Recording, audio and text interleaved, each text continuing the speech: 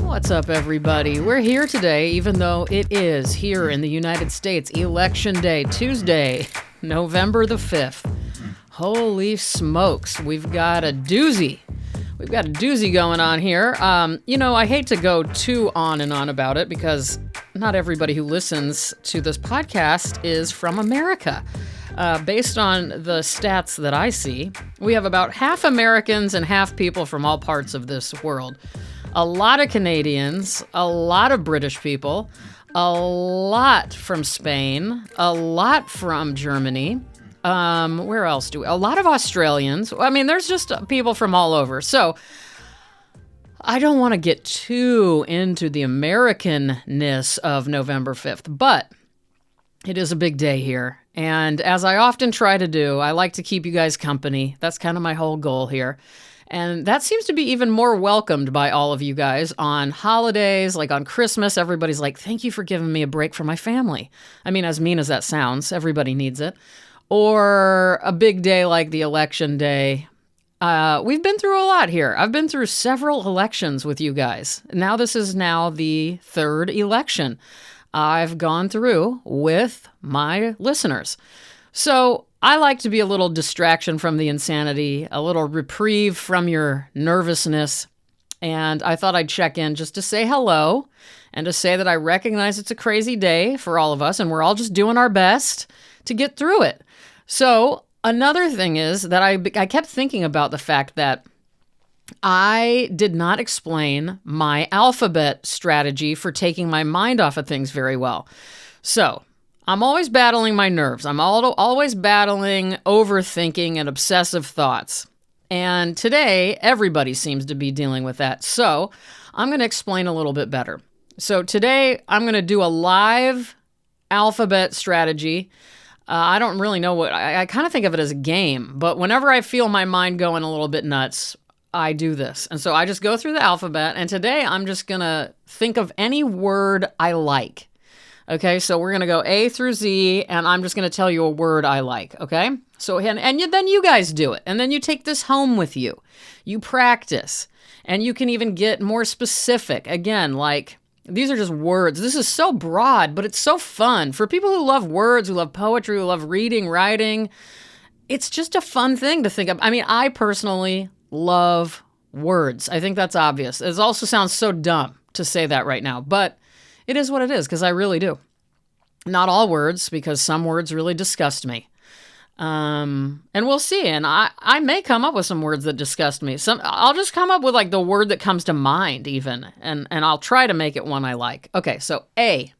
First word that comes to mind is able. I like that word because that makes me feel confident. I'm able-minded. B. Bicuspid. I love thinking about, I've got great teeth, everybody. Let's give it up for my teeth, honestly. C, cross-examination. I've been watching a lot of SVU. I didn't think I liked the law parts of Law and Order. I was never interested in the courtroom scenes, but I'm getting kind of into it now. So cross-examination. D, decompose. E, emerge. F, Frankenstein comes to mind. Great book. G, grant. As in, we grant you blah, blah, blah. That came to mind. H, hallowed. Hallowed halls. I, ignite. Love that word, ignite. J, JanSport. Do they still make JanSport backpacks? Every single kid on Earth in America had a JanSport backpack when I was growing up. I'm going to say that's a fact. That's 100% true. Every kid on Earth had a JanSport. I did. Mine was green. What color was yours? K. God, it comes to mind because I saw they were giving out free donuts to anybody who had a vote sticker. I voted in the mail, so I didn't get a vote sticker. Anyway, Krispy Kreme donuts comes to mind because they spell it wrong. I'm not somebody who's a fan of when businesses spell the name wrong of something, like crispy being with a K. They double down with Krispy Kreme, and then it's cream with a K. That is sick. You guys may have heard me say I do not like the word cream anyway. But to put a K in front of it instead of a C, not cool. Sorry for the coughing. I'm still sick, by the way. So Krispy Kreme donuts, because they're giving out free donuts. And I do love Krispy Kreme donuts. When I was a cheerleader in junior high, we sold Krispy Kreme donuts before they ever had, I don't know. From what I heard, Krispy Kreme wasn't even they didn't have like shops back then. It felt illicit when we were selling Krispy Kreme donuts as cheerleaders, but we made a lot of money and everybody fell in love with Krispy Kreme, and you got them mailed to you and then you were supposed to put them in the microwave for 10 seconds or something. That's my memory anyway. Is that how Krispy Kreme started? Like as a mail out thing? That was in Texas. Okay, L, lava. Lava flow specifically came to mind. M, masonry. A great career. N, non sequitur. Love it, and I love the way it looks. That you are at the end is cool. O, two words came to mind. I'll say them both. Oval and opal. Did you hear my stomach growl? I'm hungry. P, petals. Q, quintessence. R, revolver. That's definitely influence from SVU too. I don't think revolver ever would come to mind if it weren't for that show for me. S, stiletto. Have I ever worn stilettos, you ask? I think so. I've worn high heels. I've worn the pointy kind. So yeah, I've worn them. T, 10,000. That comes to mind. 10,000. Somebody just told me, my good friend, it's her birthday today. She is just my best friend. And I gave her a birthday card, or Damien and I both did. And she was reading it out loud to me. And the word good, she goes, and I wish you all 6,000 things. And she goes, oh, maybe that says good. Anyway, back to T, 10,000. I guess my handwriting, the G does look like a 6. It looked like 6,000. All right. U, uneven. The uneven bars. Oh, I do like the bars in gymnastics. I think those are the coolest things to watch. The uneven bars. V, vanishing. W, wall-eyed. W, X. I almost couldn't come up with X. I always say X-ray, so let's come up with something else. Xanax. Have I ever taken a Xanax? Not that I remember. No, I don't think I've ever been prescribed Xanax. And I've definitely never taken, like that made it sound like, oh, maybe with all the pills I've taken. But no, I've never taken somebody else's pills willy-nilly. So no, I'm going to go with no on Xanax. And isn't it spelled with an X? I wish I would love a Xanax. If a doctor were to say, you know what, Robyn, it's come to this, we're going to prescribe you Xanax, I would say, I welcome that with open arms. Okay, hold on. We're almost done. We've got Y. Yellowed. Not yellow, yellowed. Z, zenith. Zenith is such a cool word. And there you go. I don't know about you, but as I went through the alphabet, I could do it again. I'm not going to waste your time doing it again. I want you to now go off and do it again. Not before I read to you guys a little something, but we're going to make this a short one today because it is a crazy day. And I know it's not just America who's affected by who becomes our president. So my thoughts are with everybody today. Okay, so we've got a book today. I've read from it in the past, maybe only once. It's Leonard Cohen's Book of Mercy. A book of Psalms, first published in 1984. My version was published by McClelland and Stewart. I will put a link in the description so you can find one for yourself. And I did pick a page. I picked page 19. You let me sing, you lifted me up, you gave my soul a beam to travel on. You folded your distance back into my heart. You drew the tears back to my eyes.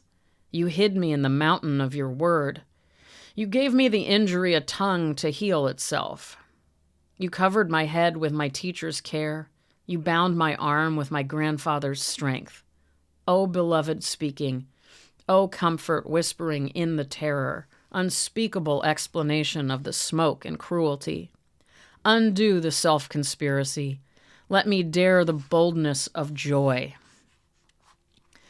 And I'm going to leave it at that. I think that's a beautiful psalm. Hello, who doesn't love Leonard Cohen? I guess he kind of goes without saying, but Leonard Cohen, the great musician, singer, poet, spiritual being that he was. Although I did see a documentary about Leonard Cohen that made me not love him as a person as much. I'm just saying. I don't know what set me off, but I've always just loved him, love his voice. I've always said he's my favorite speaking voice. But something about the last documentary I saw about him bothered me. I don't know if it was like the ladies' man quality of him or there was just something about it. And I hate to say that because I do love him so much. Let's see. So does my alphabet game or strategy for taking my mind off of things make a little more sense now?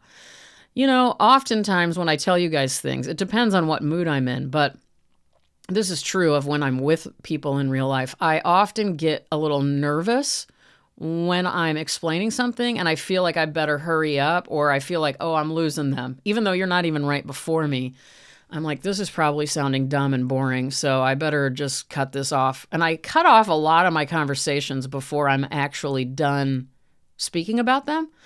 And I've done that for years on this podcast. I mean, yeah, I get a little nervous. As much as I am kind of a I let it all out kind of person, I do have that to me occasionally. So anyway, you guys, I love you. Let's get out of here. You've got a lot to do. If you're in America, you probably already voted. You're probably obsessing about the news. Hopefully, a lot of people seem to be making really fun dinners. I'm still too sick. I've been sick for 2 weeks now, over 2 weeks. It's driving me crazy. But I was going to make ribs, and I was going to make like a full barbecue today. But Damien could tell I was not feeling well. He's like, I'm not holding you to the whole barbecue meal, but let's order barbecue. So we're going to order barbecue, pick it up, bring it back. I'm working on my postcards for you guys. So to anybody who has subscribed to my Substack, I'll put the link in the description again. Thank you, thank you, thank you. The love is felt. I wrote a weird one this week that I felt a little bit insecure about after I sent out because I admitted to past successes, and I don't like talking about success. That's something in the Midwestern in me doesn't like to address any success. But I did so, and I sent it out on purpose, even though I felt uncomfortable about it. But anyway, go ahead and check out my Substack to know about that. And I also brought up the word titties on that same Substack post. And that also made me uncomfortable. So we had a double whammy of making myself uncomfortable in the last Substack post. Go ahead and check that out. And I've gone ahead and decided that people are liking this idea of getting a postcard-sized drawing enough. And I thought, why not just make that a part of the paid subscription indefinitely? So for now, anybody who upgrades to a paid subscription gets a free postcard as long as they send me their mailing address afterwards. So you can do that. You can figure that out if you head over to my Substack. And that's about it. I'm going to go get that barbecue order in. I'm going to keep drinking my hot tea, hot coffee, get this throat feeling better. Thank you, Fisherman's Friends. The little cough drops that I've been enjoying. And thank you to all of you for listening. I love you so much. This has been 14 Minutes with Robyn O'Neill on Me Reading Stuff. We'll be back next Tuesday. But until then, I remain your friend, Robyn O'Neill. I already said that. I love you guys. Let's get through this. Okay, bye-bye.